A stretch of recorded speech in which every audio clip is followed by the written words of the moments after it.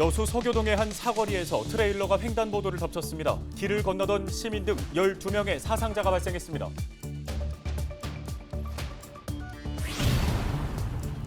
최근 내린 집중호우로 진도 전복 양식장에도 피해가 발생했습니다. 바다로 흘러든 빗물 때문에 600만 마리가 넘는 전복이 폐사됐습니다.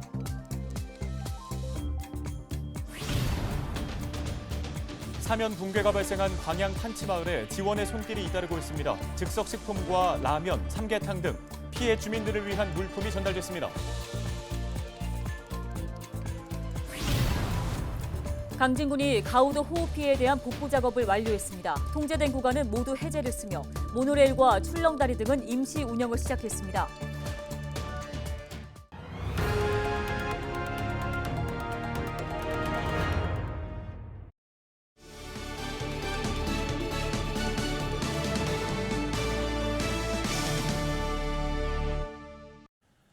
여러분 안녕하십니까? 헬로티비 뉴스입니다. 여수 서교동의 한 사거리에서 큰 사고가 발생했습니다. 자동차 여러 대를 실은 대형 트레일러가 차량 통행량이 많은 사거리와 횡단보도를 덮친 건데요. 횡단보도를 건너던 공공근로자 2명을 포함해 3명이 현장에서 숨졌고 9명이 중경상을 입었습니다.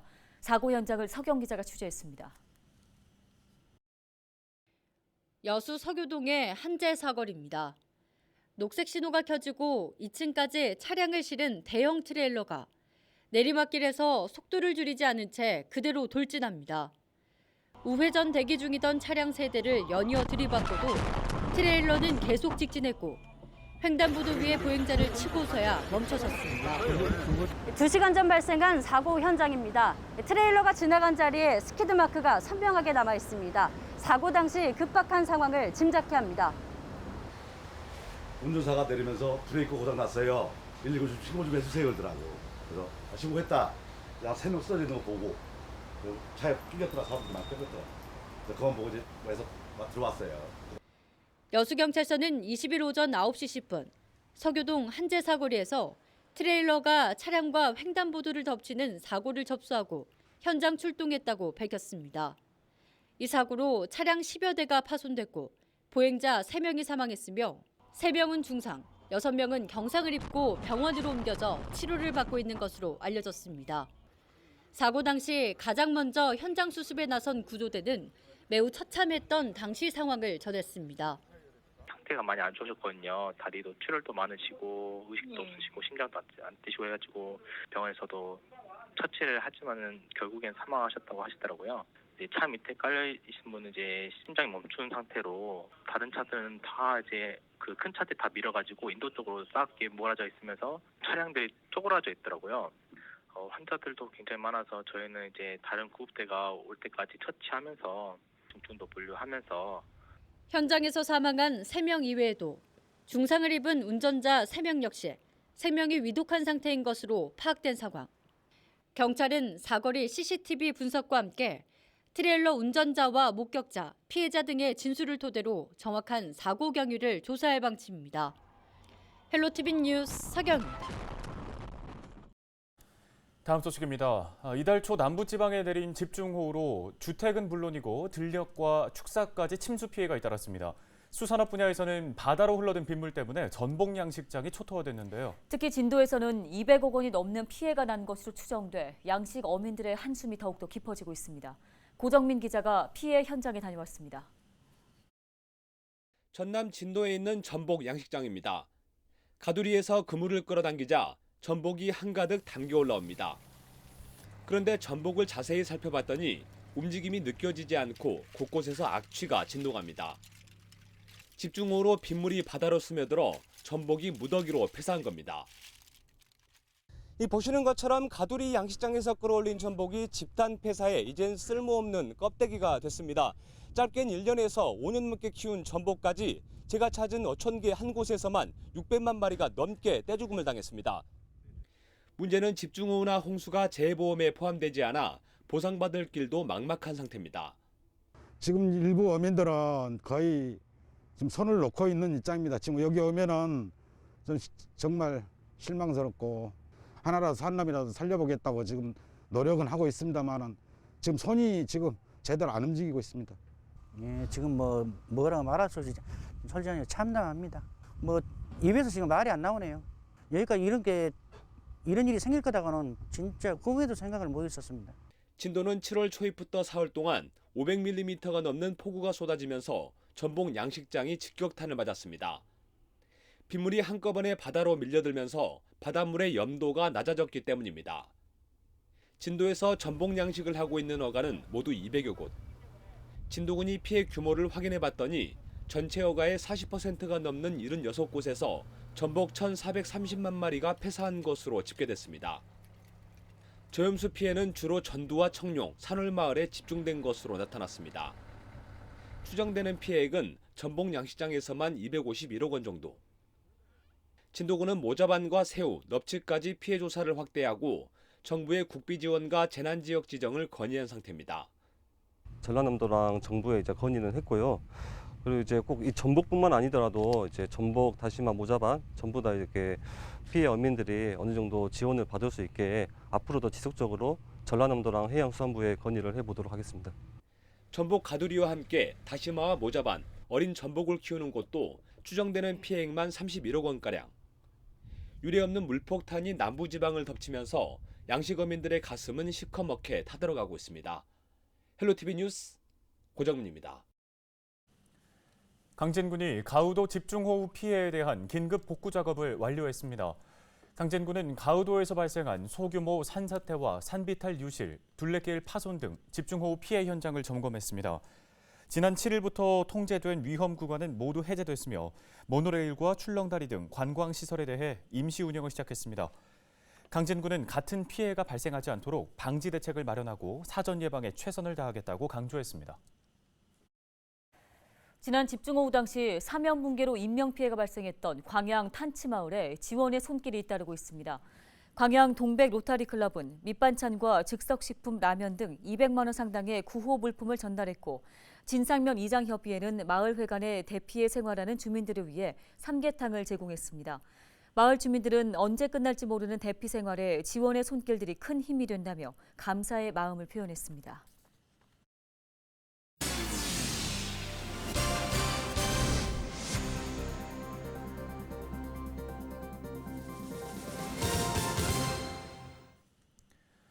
다음 소식입니다. 목포에서 코로나19 확진자 4명이 추가로 발생했습니다. 목포시는 20일 오전 10시를 기해 한국에 귀화한 캄보디아 국적의 50대 남성이 딸을 만나기 위해 입국했다가 확진 판정을 받았다고 밝혔습니다.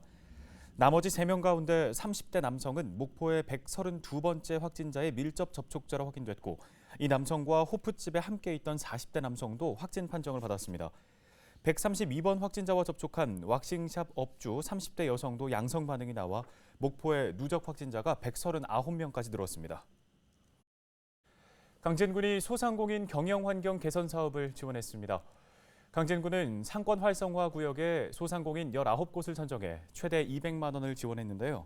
이번 사업은 소상공인 자립 기반 확충을 위해 인테리어 개선과 집기류 구매 등 5개 부문으로 나누어 진행됐습니다. 강진군은 지역 소상공인의 경영 안정화와 경제 활성화를 위해 다양한 사업을 추진하겠다고 설명했습니다.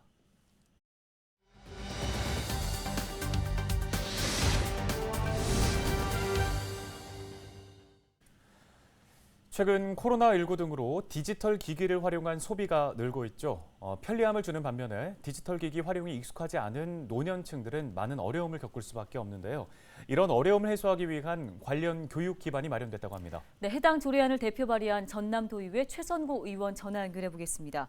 자, 의원님, 노년층의 디지털 기기 적극 활용을 위한 관련 조례를 발의하셨습니다. 먼저 조례를 발의하게 된 계기가 무엇입니까? 네, 우리나라가 세계적인 IT 강국이다 보니까 디지털 기반 기술이 사회 곳곳에 적용되고 있습니다. 모바일 앱으로 교통편 예약을 한다든가 무인 단말기로 음식 주문하는 것들이 많아졌고요. 택시 호출이나 은행 거래 같은 것도 모바일로 많이 진행되고 있습니다. 이렇게 스마트폰이나 디지털 기기를 이용하는 것이 여러모로 편리하고 좋은데 어르신들은 오히려 불편하고 부담이 되는 경우가 많습니다. 그래서 노인 교육을 할 때 디지털 교육을 꼭 하도록 하자 해서 이번 조례를 발의하게 됐습니다. 네, 말씀해 주신 것처럼 디지털 기술이 증가하는 상황에서 노년층들은 기기 활용이 익숙하지 않기 때문에 많은 어려움을 겪고 있는데요. 이런 어려움들을 해소하기 위해서 발의한 조례안, 어떤 내용들이 담겨 있습니까? 네, 전라남도 노인교육 지원에 관한 조례를 일부 개정하게 된 건데요. 스마트폰이나 무인 단말기 같은 디지털 기기를 원활히 사용하고 또 적극적으로 활용할 수 있도록 노인교육에 디지털 생활교육을 추가했습니다. 또 사회 변화를 반영해서 교육받는 어르신들이 일상생활에 실제 필요한 교육을 받을 수 있는 환경을 조성하도록 했습니다. 예, 말씀해주신 그 교육을 시행하게 되면 다양한 효과가 있을 것으로 보입니다. 의원님께서는 어떤 효과가 있을 것으로 전망하십니까? 네, 디지털 교육의 세부적인 내용은 일단 전남도에서 마련하게 될 텐데요. 우리 사회가 그야말로 디지털 사회가 됐고 코로나19로 비대면 소비가 많이 늘고 한 상태이기 때문에 어르신들이 디지털 교육을 받으셔서 일상생활이 좀 더 편리해질 거라고 봅니다. 스마트폰으로 가족들하고 소통도 더 잘하실 수 있게 되고요. 또 무인 단말기 앞에서 당당하게 음식 주문도 하실 수 있을 것 같습니다. 문해교육이 단순히 글자를 배우는 것에 대해서 끝나는 게 아닌 것처럼 디지털 문해교육도 우리 어르신들의 자존감도 올리고 전반적으로 삶의 질이 더 나아지지 않을까 기대합니다. 네, 디지털 사회에서 이 노년층들이 소외되지 않도록 하기 위해서 앞으로 어떤 노력이 필요하다고 보십니까? 네, 어르신 디지털 교육이 교육 프로그램을 통해서 가능한 것만은 아닙니다. 가족이나 이웃이 디지털 교육 선생님이 될 수도 있겠고요.